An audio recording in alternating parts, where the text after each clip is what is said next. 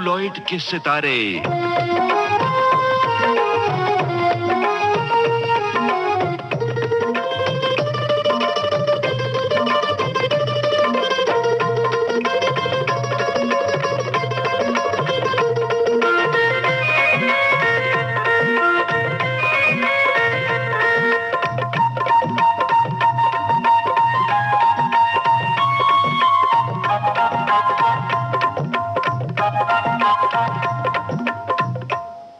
नमस्कार, सेल्यूलॉइड के सितारे। श्रोताओं, आज के इस प्रोग्राम में हमारे मेहमान हैं रंगमंच, टेलीविजन और फिल्मों के जाने माने अभिनेता अरुण बाली। आपसे बातचीत कर रही हैं सविता बजाज। सज्जन मिलंदी तांग सनु प्यारे बाजा राम न सनु दुख हिजर दे एडे वध गए याद भी थक के रोई। बहुत खूब, बहुत खूब। आप अपना ओपेरा का नहीं भूले ना ज्ञान है। आवाज का जादू यहाँ भी बिखेर रहे हैं। श्रोताओ, ये आवाज सीरियल, फिल्म और एड की दुनिया के बादशाह अरुण बाली की है, जो अपनी आवाज का जादू हमारे विविध भारती स्टूडियो में बिखेर रहे हैं। आइए आपको इनसे मिलवाते हैं। अरुण जी नमस्कार। नमस्कार नमस्कार नमस्कार। पहले की बात है, दिल्ली में एक बड़ा ही खूबसूरत लंबा हट्टा कट्टा जवान अक्सर स्टेज पर अपनी सुरीली आवाज में गाते दिखता था ओपेरा में, लेकिन आजकल वो बम्बई में सिर्फ अभिनय करता है। क्या आप जानते हैं उन्हें? हाँ, मैं शायद जानता हूँ और मैं अरुण बाली हूँ। मैं दिल्ली से आया हूँ। जैसा आपने कहा कि मैं बहुत नामी ग्रामी हूँ, तो मैं पहले ही कहना चाहूँगा कि मैं जो भी हूँ अपने श्रोताओं की वजह से हूँ, अपने देखने वालों की वजह से हूँ। नेता और अभिनेता तब तक होता है जब तक उसे लोग याद करते हैं, उसे लोग प्यार देते हैं। तो दिल्ली वाले अरुण बाली आप ही हैं। अपना नाम शायद कोई नहीं बोलता। तो पीछे मुड़ के देखें थोड़ा। हाँ, पीछे मुड़ के देखते हैं। क्या हुआ दिल्ली में जब आप ओपेरा करते थे? कैसे शुरुआत हुई और कैसे इस मकाम पर पहुंचे? मैं जब छोटा था तो गाया करता था, लेकिन मेरी फैमिली थोड़ी कंजर्वेटिव थी और वो चाहते थे कि मैं संस्कृत पढूं। लेकिन मेरे जो गुरु थे म्यूजिक के, वो इतने अच्छे थे कि जितने भी प्रोग्राम हमारे स्कूल के कोरस सॉन्ग्स के हुआ करते थे, वो हमेशा मुझे लीड के लिए बुलाया करते थे। फिर मैं सर्विस करने लगा, तब शनु खुराना जी एक ओपेरा कर रही थी जिसका नाम था सोनी मेवाल। उसके लिए मेरा चयन हुआ। 6 महीने हमने उसकी रिहर्सल किया और 25 शोज हमने IFX हॉल में किए थे और मैंने रकीब का रोल किया था, जो कि सोनी का हस्बैंड था। बहुत पॉपुलर हुआ वो आपका। हाँ, लोग कहते हैं कि अच्छा पसंद आया उन्हें। तो अपनी आवाज में थोड़ा जादू बिखेर दीजिए स्टूडियो में, ताकि विविध भारती स्टूडियो आपकी आवाज से महक उठे। दिल्ली में आज तक मैंने 8 ओपेराज में काम किया है। मेरा एक ओपेरा था चित्रलेखा, जिसमें मैंने बीजगुप्त का रोल किया था। वाह वाह। वो प्रसंग ऐसा है कि चित्रलेखा बीजगुप्त की जगह कुमारगिरी पर मोहित हो जाती है और काफी दिन बीजगुप्त को मिलती नहीं, और एक बार जब वो आमने सामने पड़ जाते हैं तो बीजगुप्त इन पंक्तियों को ऐसे गा के उसे संबोधित करता है। बहुत दिनों से मिली नहीं तुम, आई नहीं इधर, आज मिली हो वह भी पथ पर, तुम अपने रथ पर हो प्रिय, तो मैं हूँ अपने रथ पर। वाह वाह, बहुत अच्छे, बहुत अच्छे। इसके साथ ही कोई रिकॉर्ड बजा दें आपकी पसंद का? हाँ, चूंकि हम शुरू कर रहे हैं तो प्रभु के नाम से ही शुरू करना चाहिए। अल्लाह तेरो नाम, ईश्वर तेरो नाम, सबको सन्मति दे भगवान। अल्लाह तेरो नाम, ईश्वर तेरो नाम, अल्लाह तेरो नाम, ईश्वर तेरो सबको सन्मति दे भगवान, सन्मति दे भगवान, अल्लाह तेरो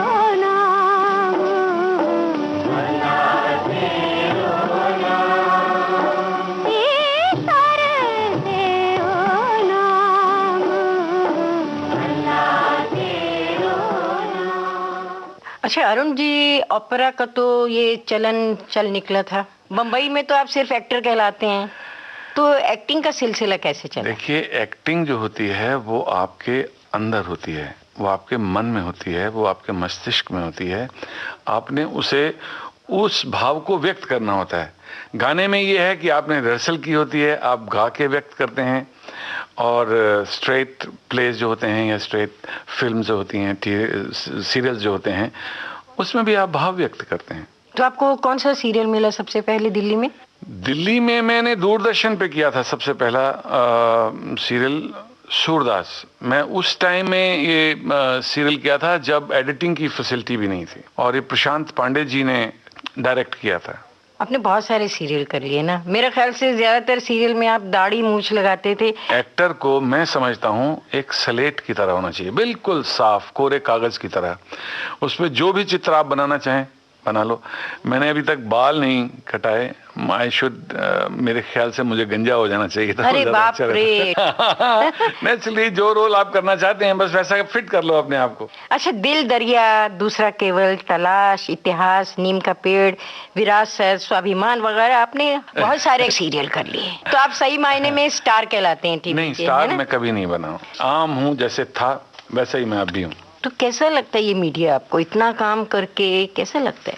ये मीडिया बहुत अच्छा मीडिया है। इस मीडिया की सबसे खास बात यह है कि अगर आप थोड़ा सा भी अच्छा करते हैं तो आपको इतना प्यार मिलता है, इतना सपोर्ट मिलती है आपको कि आप और अच्छा और अच्छा और अच्छा करते हैं। There is no end to it. इसका अंत नहीं है। You can go to any limit here that you want. इसलिए मीडिया मुझे बहुत अच्छा लगता तो इसी बात पे एक अच्छा सा गाना सुनवा दीजिए। है। एक गाना है पतिता का, किसी ने मुझको बना के अपना मुस्कुराना सिखा वाह, दिया, वाह। कोई सितारे लुटा रहा था, किसी ने दामन बिछा दिया।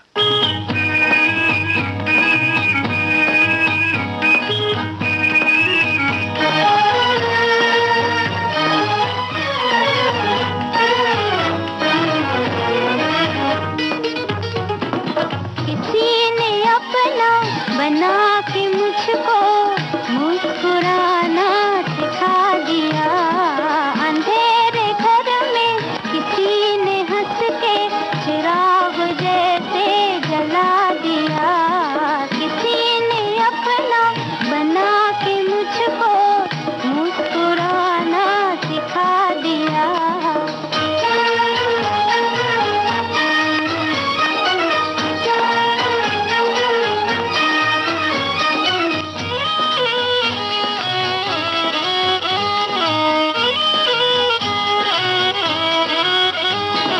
शर्म के मारे मैं कुछ न बोली,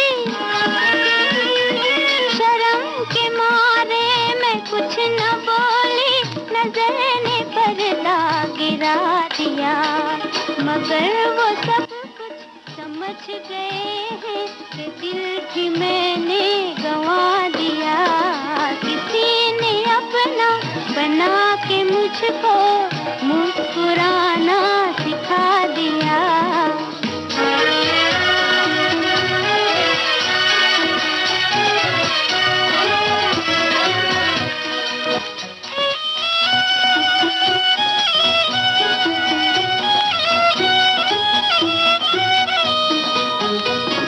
न प्यार देखा न प्यार जाना, न प्यार देखा न प्यार जाना, सुनी थी लेकिन कहानियाँ, सुनी थी लेकिन कहानियाँ, जो ख्वाब रातों में भी न आया, वो मुझको दिन में दिखा दिया, किसी ने अपना बना के मुझको मुस्कुराना सिखा दिया।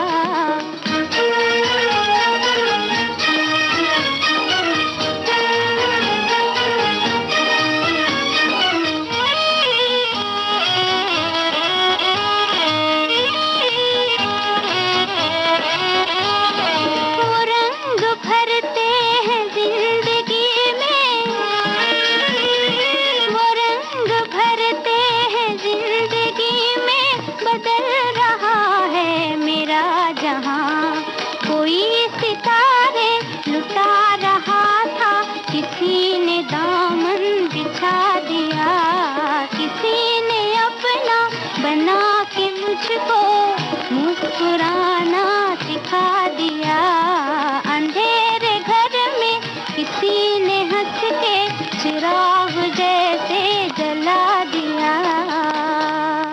अच्छा अरुण जी, फिल्म इंडस्ट्री में इस एक्टिंग के फील्ड में तो बहुत कंपटीशन है और कंपटीशन बढ़ता जा रहा है, मतलब नए नए सुंदर सुंदर लोग टीवी में आ रहे हैं, तो पहचान बनाए रखना आपके लिए क्या कठिन नहीं हो गया? कंपटीशन किस फील्ड में नहीं है? अगर इश्क में कोई जलने वाला ना होगा तो इश्क करने का क्या मजा है? और अपने आप को बनाए रखना तो आपके ऊपर डिपेंड करता है और मेरे चाहने वालों पे डिपेंड करता है कि वो मुझे किस जगह देखना चाहते हैं, वो मुझे कितना सपोर्ट करते हैं। अगर उनकी सपोर्ट मुझे रहती है तो मैं हमेशा रहूंगा। दिलीप साहब को आज कितना भी कंपटीशन आ गया, लेकिन दिलीप साहब को कोई चैलेंज कर सकता है, अमित जी को कोई चैलेंज कर सकता है। अपनी अपनी जगह हर एक ने अपना अपना स्थान बना रखा है, शायद मैंने भी थोड़ा सा स्थान बनाया हो। अच्छा, आपको अभिनय का मंत्र किसने दिया? कोई गॉडफादर रहा होगा कुछ तो? ये बहुत अच्छा सवाल किया आपने।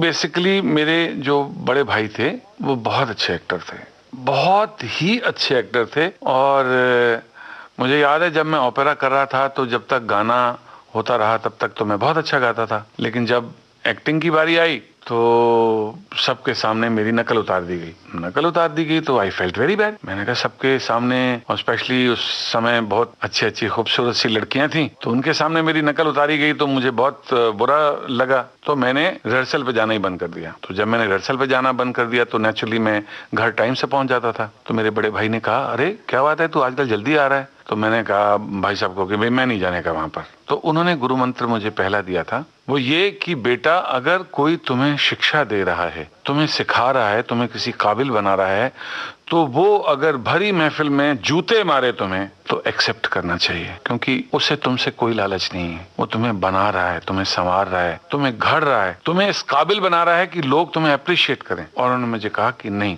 तुम कल से रिहर्सल पे जाओ और पूरी तवज्जो से अपना किरदार करो। फिर जब मैं वहां आया तो वहां मेरे साथ काम कर रही थी सलीमा रजा और एक थे राम अवतार शर्मा। राम अवतार जी आज इस दुनिया में नहीं है, लेकिन आई सैल्यूट हिम। सलीमा जी अब भी दिल्ली में मौजूद हैं और अब भी थिएटर करती हैं। तो उन्होंने मुझे एक एक लाइन का मतलब समझाया, एक एक लाइन का मुझे मेरा किरदार बताया कि देखो तुम सोनी के हस्बैंड का रोल प्ले कर रहे हो, तुम उसे बहुत चाहते हो, 5-5 वक्त की नमाजें पढ़ी हैं आपने और तुम्हें मालूम है कि वो बहुत खूबसूरत है। अब तुम्हारी उससे शादी हो जाती है, तुम उसे मिलने आते हो तो वो तुम्हें देख के पूजा करने लग पड़ती है। तो तुम्हें बहुत खुशी होती है कि मेरी इतनी सुंदर बीवी है और अब भी ये भगवान की पूजा करती है। तो वो भाव आना चाहिए तुम्हें, और उस भाव से जब तुम कहोगे तो वो अपने आप अच्छा निकलेगा। तो उसके बाद तुम चले जाते हो, तुम फिर दोबारा आते हो तो वो गाना गा रही होती है शायद अपने प्रेमी के लिए, और तुम समझते हो कि वो मेरे लिए गा रही है, तो तब तुम्हें गुस्सा आ जाता है। तो वो एक छोटा सा प्रसंग अगर आप कहो तो मैं बताता हूँ। हाँ बताइए ना प्लीज। अब जैसे ही वो आता है तो वो पूजा कर रही है, तो पूजा करते हुए देख के चला जाता है। फिर दोबारा जब आता है तो वो अपने बॉयफ्रेंड को याद कर रही है, महिवाल को याद कर रही है और कह रही है, वसण लगी बदली, माही नचण लगे मोर, मेरा माही अजे ना बोड़या, छा गई घटा घन घोर। दिस इज व्हाट बहुत अच्छी, ये वो कहती हैं। तो मैं सुनता हूँ तो मैं सोचता हूँ शायद ये मेरे लिए गा रही हैं। तो मैं कहता हूँ, मैं हाँ तेरे कोल राणिए, पया सुनदा तेरे मिठड़े बोल। जब वो मुझे देखती है, जब मुझे सुनती है, तो हैरत में आ जाती है कि ये क्या हो गया। वो फिर दुआ के लिए बैठ जाती है। तो उससे गुस्सा नहीं से छड़ दे पाखंड सोनिए, then he gets into anger. आप बहुत इमोशनल हो रहे थे कि आपकी आंखों में आंसू आ गए। बताइए कौन सा गाना लगा? अच्छा, जिससे तू कबूल कर ले वो अदा कहां से लाऊं, ये देवदास फिल्म का गाना है।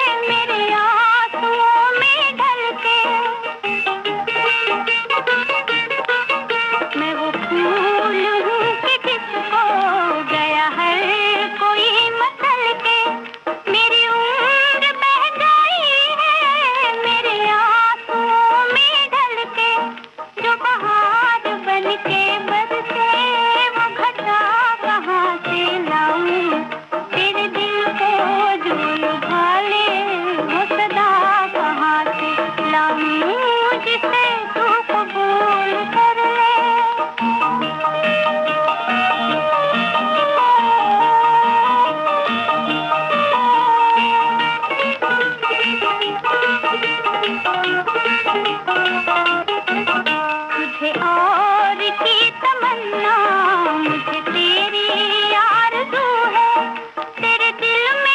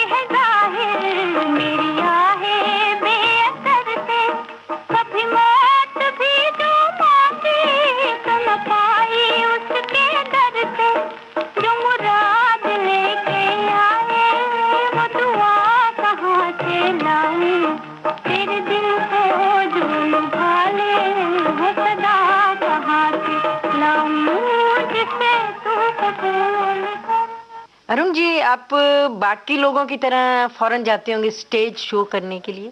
मुझे किसी ने बुलाया ही नहीं, और अगर बुलाया नहीं तो मैं भगवान के घर भी नहीं जाऊं। आपने बुलाया तो मैं यहाँ आ गया हूँ। बम्बई में भी नहीं करते ना स्टेज शो? नहीं, बेसिकली मुझे लोग बुलाते नहीं हैं, तो मैं जाता नहीं हूँ। ओपेरा को तो आप भूल ही गए। बिल्कुल नहीं भूला। नहीं। वो आज भी मेरी बॉडी में है, आज भी मेरे अंग अंग में है, and I still enjoy singing. अच्छा, फिल्में कौन कौन सी कर रही हैं? फिल्मों के बारे में कुछ बताइए ना। फिल्मों के बारे में मैं ना ही बताऊं तो अच्छा है। क्यों? क्योंकि फिल्मों के बारे में जो मुझे रोल बताया जाता है, फिर वो बाद में वो निकलता नहीं है। ज्यादा ना कह के इतने ही शब्दों में कहूंगा कि मैंने अपनी दुकान बंद नहीं की है। मैं आज भी समझता हूं कि मैं बहुत ग्रेट एक्टर नहीं तो अच्छा हूं, और अच्छा काम कर सकता हूं। जब मौका मिलेगा मैं करके भी दिखाऊंगा। हाँ, रीजनल फिल्में मैंने जरूर की हैं, पंजाबी की फिल्में की हैं मैंने, और जिसमें मैंने मेजर रोल किए हैं, जिनमें से मनमोहन सिंह जी की एक फिल्म थी। मनमोहन सिंह जी जो कि हमारे हिंदुस्तान के बहुत अच्छे कैमरामैन डायरेक्टर हैं, उनकी फिल्म मैंने की थी नसीबो। एक हरजीत सिंह जी की फिल्म मैंने की थी विसाखी। एक मैंने इंद्रजीत सिंह बंसल की थी कहर। इनमें सब में अलग अलग तरह के मैंने काम किए हैं और मुझे बहुत आनंद आया। और एक मेरी रीजनल फिल्म लाडो के डायरेक्टर जो थे अश्विनी चौधरी साहब, उनको नेशनल अवार्ड मिला है और पैनारोमा में वो फिल्म दिखाई गई है। मुझे अच्छा लगा कि मेरा काम जो है पैनोरामा में आया और लोगों ने प्रशंसा भी की। क्या आपको लगता है कि टीवी पर आपकी प्रतिभा का सही इस्तेमाल हो रहा है? अब बहुत सारे सीरियल कर रहे हैं ना। प्रतिभा के बारे में मैं क्या जानता हूँ? अब फूल को क्या मालूम है उसमें कितनी खुशबू है, कैसी खुशबू है, ये तो सूंघने वाला बताता है।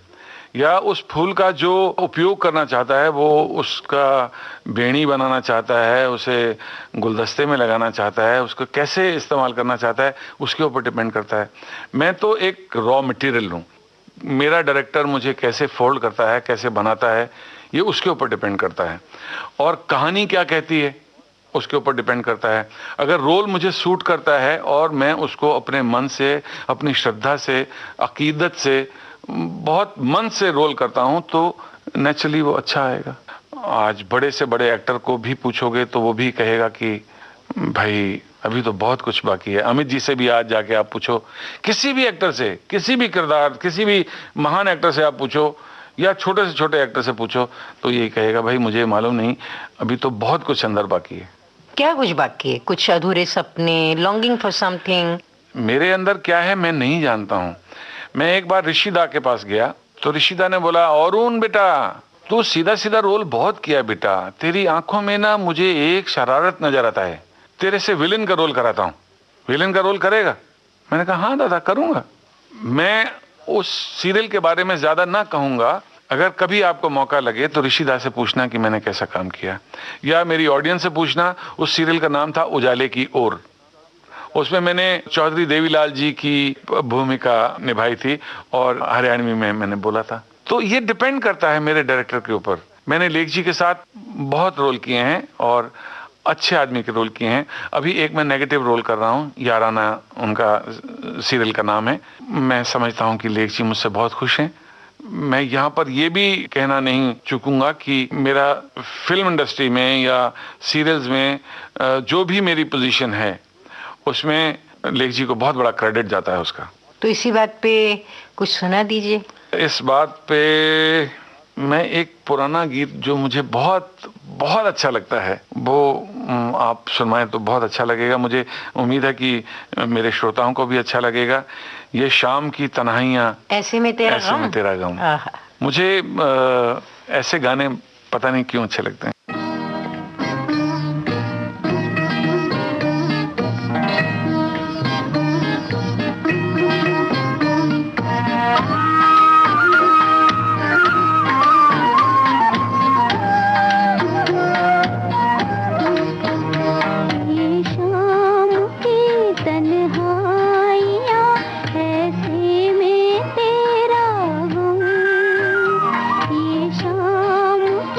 तन्हाइयाँ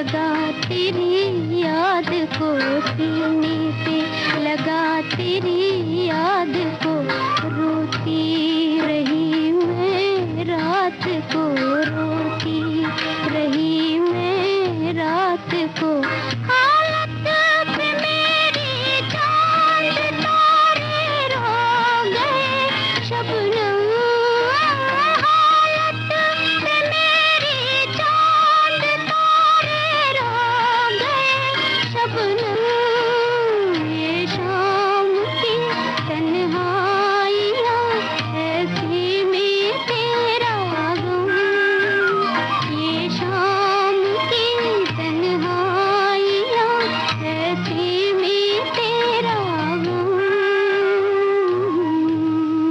अपने रेडियो सेट पर आपने ट्यून किया है विविध भारती का प्रोग्राम सेल्यूलॉइड के सितारे, और आज के इस प्रोग्राम में हमारे मेहमान हैं रंगमंच, टेलीविजन और फिल्मों के जाने माने अभिनेता अरुण बाली।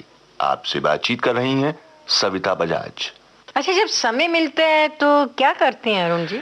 देखिए, हमारे काम का तो जैसे दुकानदार कहते हैं ना, घाक का और मौत का कोई पता नहीं वैसे ही हमारा काम है।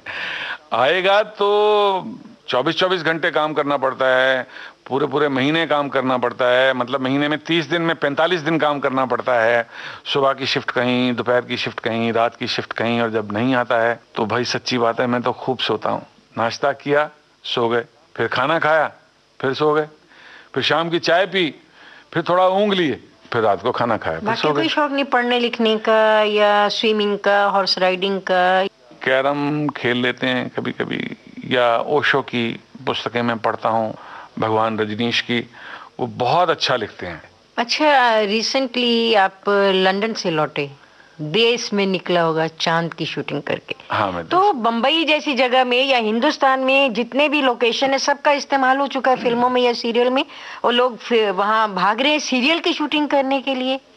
ये क्या चक्कर है, कुछ समझ में नहीं आया। सविता आप रोशनी जी, डालिए ना। कुछ खफा खफा सी हैं आप। भाई, हम अपना देश छोड़ के बाहर इसलिए जा रहे हैं कि हमारे देश का एक बाशिंदा इंग्लैंड में जाके बस गया। आज भगवान की मेहरबानी से, वागुरु की मेहरबानी से वो बहुत अच्छा एस्टेब्लिश है। उसे आज भी अपने देश की याद आती है, वो आज भी अपने देश को प्यार करता है, वो आज भी चाहता है कि वो उड़ के चला जाए अपने देश में, अपने दोस्तों के पास, अपने हम वतनों के पास। तो अगर हम ये एस्टेब्लिश कर रहे हैं कि वो इंग्लैंड में जाके सेटल हुआ है, तो मेरे ख्याल से आप झूमरी तलैया तो दिखा नहीं सकती। तो अगर जो इंग्लैंड की पृष्ठभूमि पे है तो इंग्लैंड में दिखाना ही पड़ेगा। आप फॉरेन कंट्रीज में आप सीरीज देखिए जिनका बजट करोड़ों में होता है, और हमें खुशी होनी चाहिए कि आज हम लोग बड़े बड़े बजट लेके और अच्छा अच्छा प्रोग्राम बनाने की कोशिश कर रहे हैं, and it is very good. चलिए, हंसते हंसते एक गाना गाए सुना दीजिए। एक ही गाना है, ये मस्जिद है ये बुत खाना, चाहे ये मानो चाहे वो मानो, मकसद तो है दिल को समझाना, चाहे ये मानो चाहे वो मानो। ये मस्जिद है वो बुत खाना, ये मस्जिद है वो बुत खाना, चाहे ये मानो चाहे वो मानो, चाहे ये मानो चाहे वो मानो, मानो ये मानो चाहे वो मानो। ये मस्जिद है वो बुत खाना, चाहे ये मानो चाहे वो मानो। भाई मकसद तो है दिल को समझाना, मकसद तो है दिल को समझाना, चाहे ये मानो चाहे वो मानो, चाहे ये मानो चाहे वो मानो। ये मस्जिद है वो बुत खाना, ये मस्जिद है वो बुत खाना, मकसद तो है दिल को समझाना, मकसद तो है दिल को समझाना। ये मस्जिद है वो बुत खाना, मकसद तो है दिल को समझाना, समझाना समझाना। चाहे ये मानो चाहे वो मानो, चाहे ये मानो चाहे वो मानो। ये शेख बरहमन के झगड़े,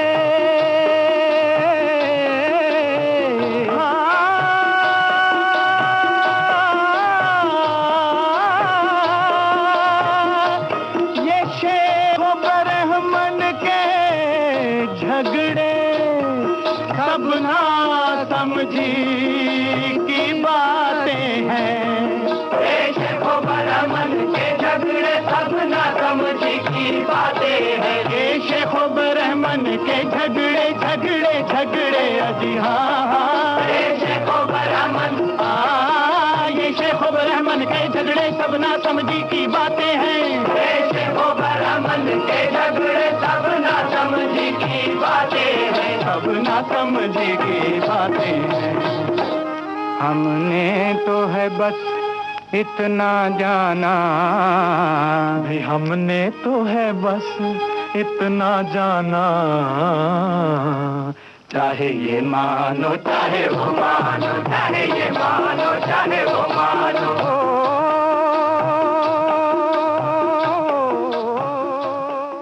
अच्छा अरुण जी, आपने तो ऐड बहुत सारी की हैं, तो ऐड की दुनिया के बारे में कुछ बताइए।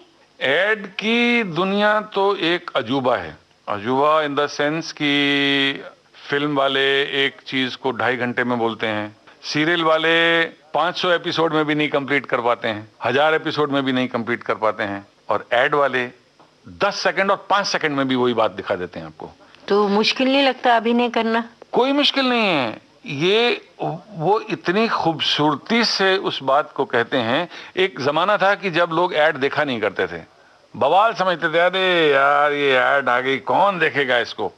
लेकिन आज बच्चा बच्चा ऐड देखता है और बच्चे बच्चे की जुबान पर वो ऐड आती है और इसलिए प्रोडक्ट बिकता है। सो add is a all together different word. आपको 30 सेकंड में वो बता देता है कि क्या प्रोडक्ट है। आपको अच्छा लगता है ऐड में काम करना? या पैसे भी अच्छे मिलते हैं।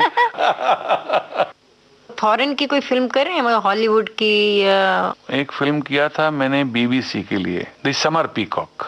उन लोगों का सिस्टम बहुत अच्छा होता है। जब मैंने उसका वीडियो टेस्ट दिया तो उन्होंने कहा खाली आप पढ़ दो, तो बेवकूफ की तरह मैंने पढ़ दिया। पता नहीं मेरे को उन्होंने कैसे सिलेक्ट कर लिया, लेकिन उसने शायद कुछ देखा होगा मुझ में, और मैं उसका बहुत धन्यवादी हूं कि उन्होंने मुझे सिलेक्ट किया।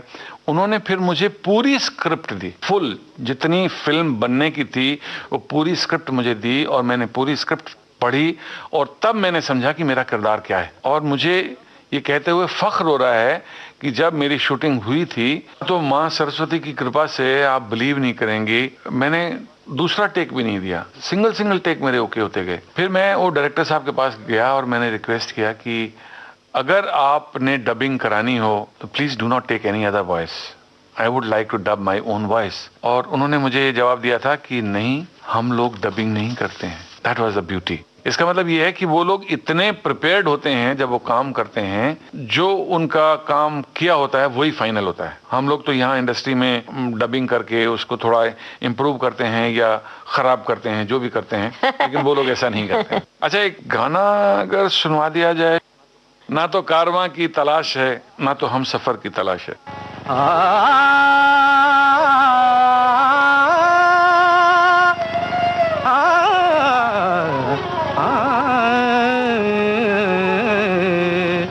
ना तो कारवां की तलाश है, ना तो कारवां की तलाश है, ना तो हम सफर की तलाश है, ना तो कारवां की, ना तो कारवां की तलाश है, ना तो कारवां की, ना तो कारवां की,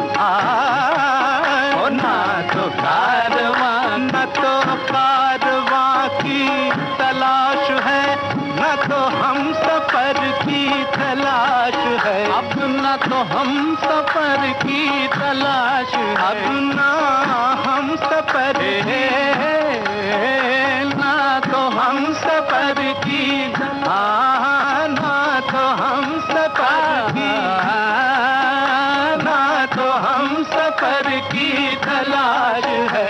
मेरे शौक खाना खराब को, मेरे शौक खाना खराब को तेरी रह गुजर की तलाश है। मेरे शौक खाना खराब को तेरी रह गुजर की तलाश है मेरे शौक खाना खराब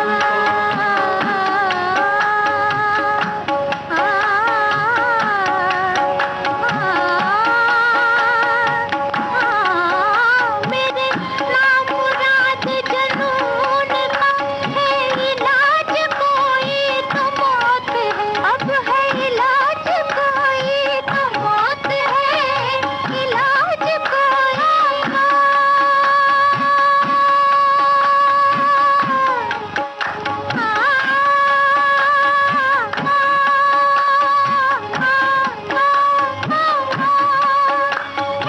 इलाज कोई तो मौत है जो दवा के नाम पे जहर दे जो दवा के नाम पे जहर दे उसी चारागर की तलाश है जो दवा के नाम पे जहर दे दवा के नाम पे जो दवा के नाम पे जहर दे उसी चारागर की तलाश है उसी चारागर की तलाश है उसी चारागर की तलाश है उसी चारागर की तेरा इश्क है मेरी आरज़ू तेरा इश्क है मेरी आबरू ओ तेरा इश्क है मेरी आबरू तेरा इश्क है मेरी आबरू दिल इश्क जिस्म इश्क है और जान इश्क है ईमान की जो पूछो तो ईमान इश्क है और तेरा इश्क है मेरी आबरू तेरा इश्क मैं कैसे छोड़ दूं तेरा इश्क मैं कैसे छोड़ दूं मेरी उम्र भर की तलाश है तेरा इश्क मैं कैसे इश्क इश्क तेरा इश्क मैं कैसे इश्क इश्क इश्क इश्क इश्क इश्क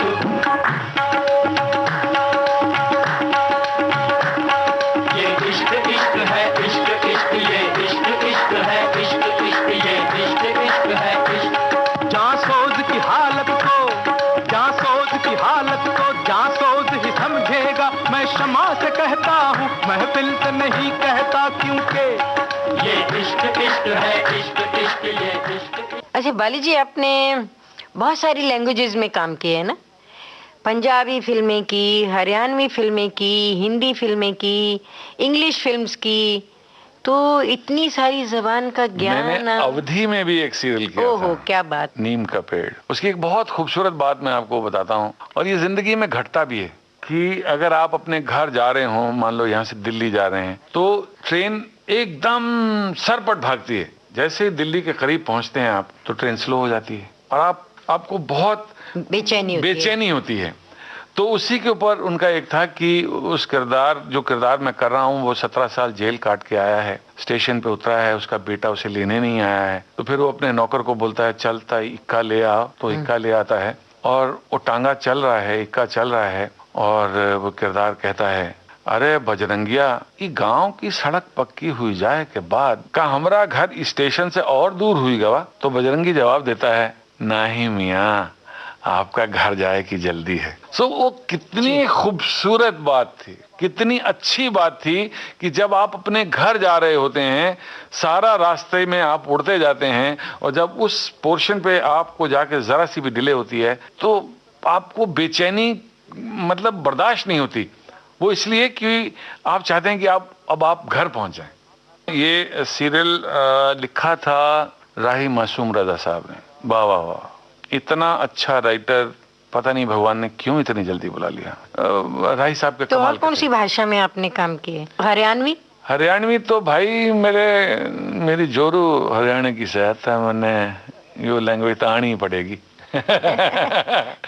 मेरी घर वाली जो है वो हरियाणा की है। अच्छा, आजकल कौन सी सीरियल कर रहे हैं आप अरुण जी? मेरा सीरियल है देश में निकला होगा चांद। ये रोल आपको कैसे मिला? देश में निकला होगा चांद ये अरुणा ईरानी जी की मेहरबानी से मुझे मिला है। उन्होंने शायद मेरा कुछ काम देखा था और she selected me for that role and she is very kind to me. बहुत प्यार से, बहुत मोहब्बत से, बहुत अकीदत से वो मुझसे काम कराती हैं। And she is a very very fine human being और बहुत अच्छी डायरेक्टर भी हैं। तो महिला डायरेक्टर आपको डायरेक्शन दे रही है, अरे महिला, कैसा लगता है? महिला मुझे पैदा किया है, आप डायरेक्शन की बात कर रही हैं? मेरी माँ ना होती तो मैं ना होता। भाई महिला एक बहुत बड़ी शक्ति है। ये हम लोग हैं जो महिला की कदर नहीं करते हैं। इस बात पे मैं आपको एक गाना जरूर सुनाऊंगा। कौन सा सुना रहे? महिलाओं का ही गाना है, साहिर लुधियानवी साहब ने लिखा है, साधना फिल्म का। औरत ने जन्म दिया मर्दों को, मर्दों ने उसे बाजार दिया। शर्म की बात है लेकिन हकीकत है।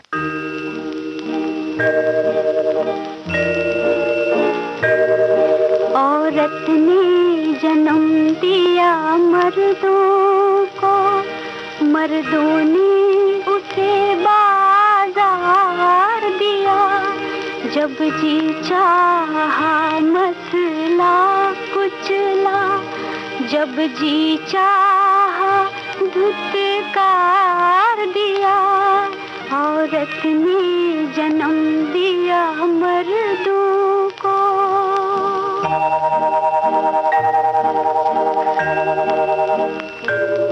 तुलती है कहीं दीनारों में, बिकती है कहीं बाजारों में। नंगी नचवाई जाती है अय्याशों के दरबारों में। ये वो बेइज्जत चीज है जो बच जाती है इज्जतदारों में। औरत ने जन्म दिया मर्दों को।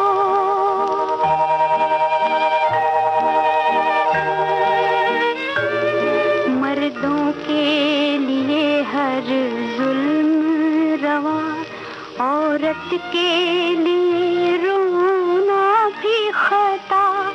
मर्दों के लिए लाखों से दे, औरत के लिए बस एक चिता। मर्दों के लिए हर ऐश का हक, औरत के लिए जीना भी सजा। औरत ने जन्म दिया मर्दों को।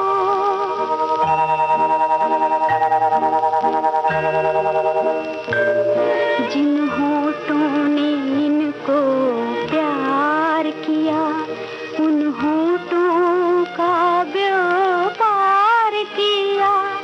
जिस कोख में इनका जिस्म ढला, उस कोख का कारोबार किया। जिस तन से उगे को पल बन कर, उस तन को जलीलो खार किया। औरत ने जन्म दिया मर्दों को।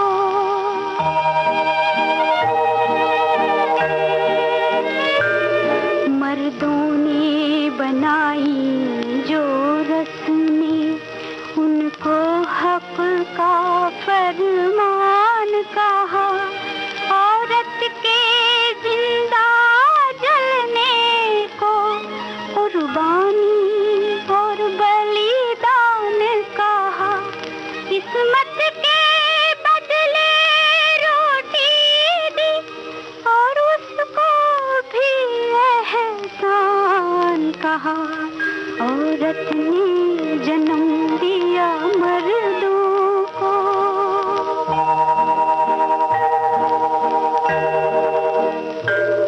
संसार की हर एक बेशर्मी गुर्बत की गोद में पलती है।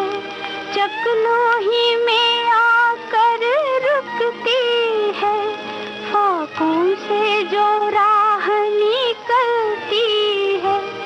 मर्दों की हवस है जो अक्सर औरत के पाप में ढलती है। औरत ने जन्म दिया मर्दों को, मर्दों ने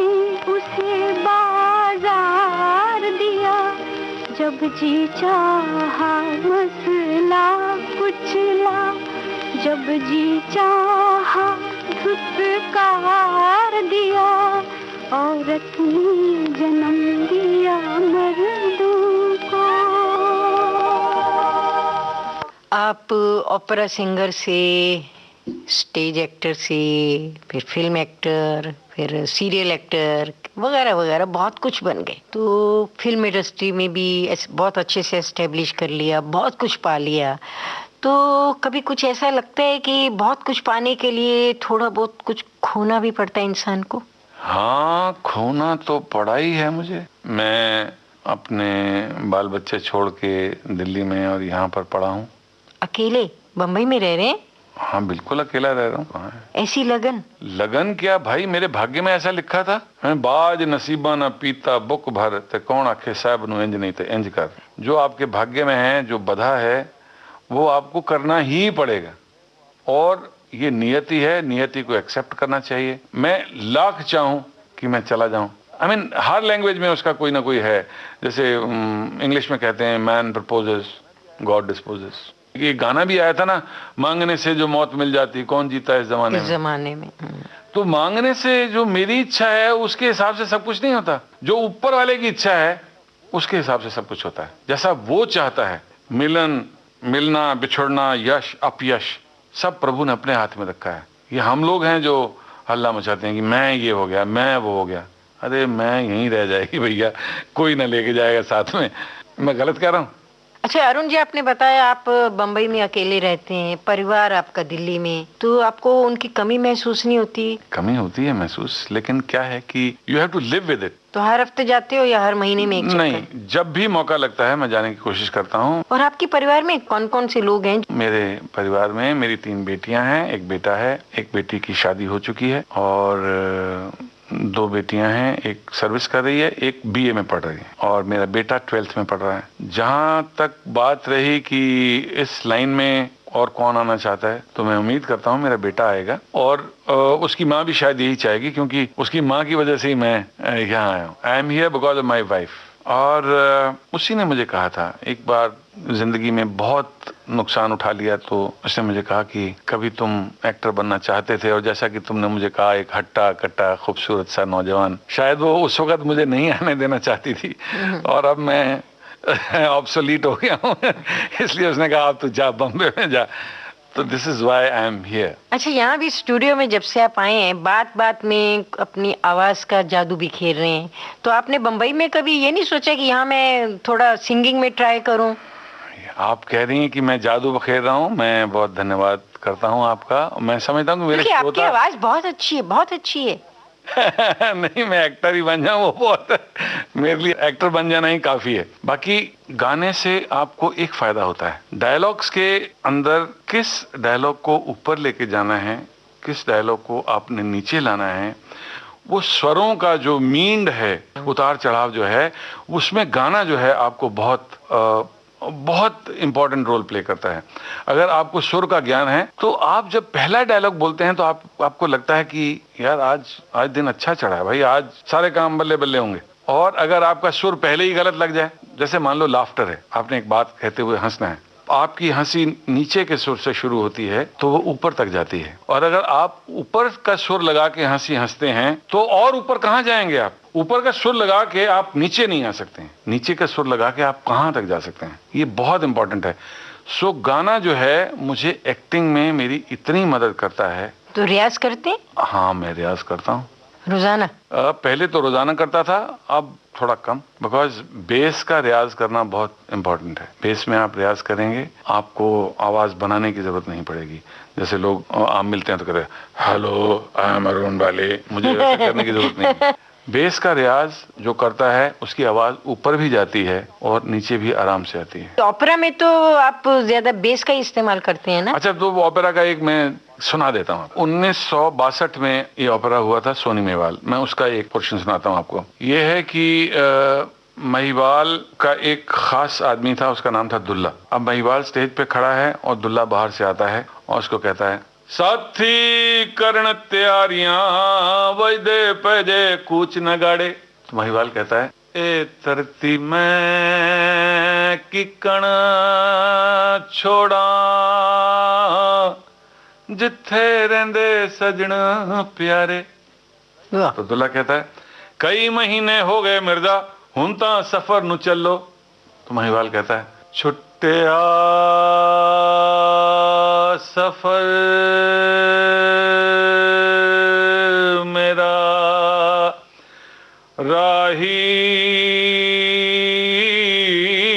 मैं पुला पुली सफर दी बात एक मन मोहनी सूरत दे लई छड़ बैठा ए संसार।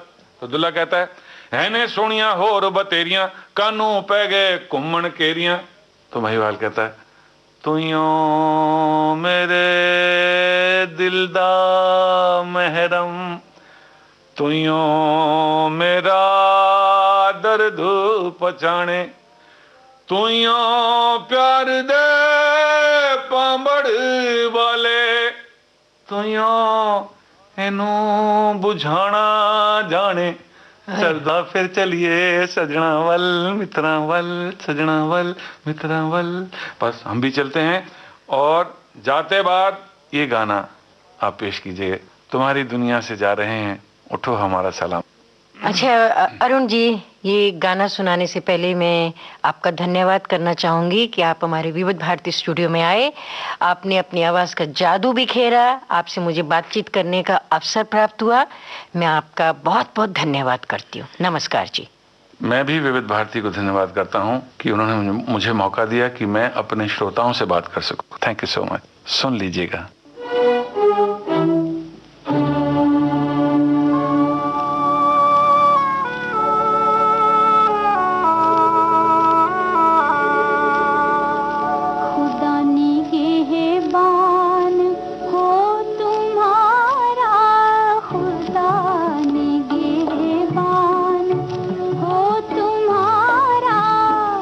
धड़कते दिल का पयाम ले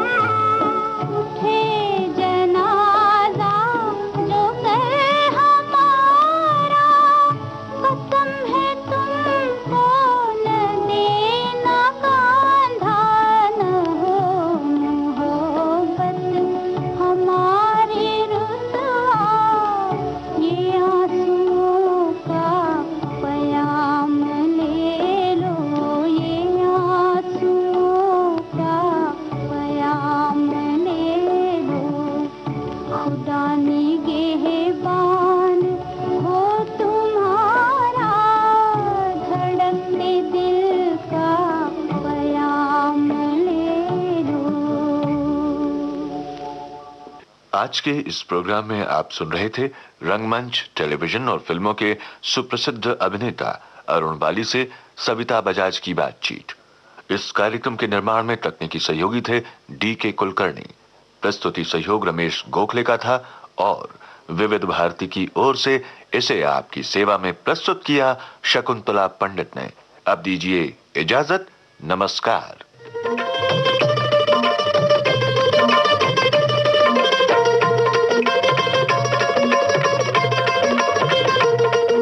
सेल्यूलॉइड के सितारे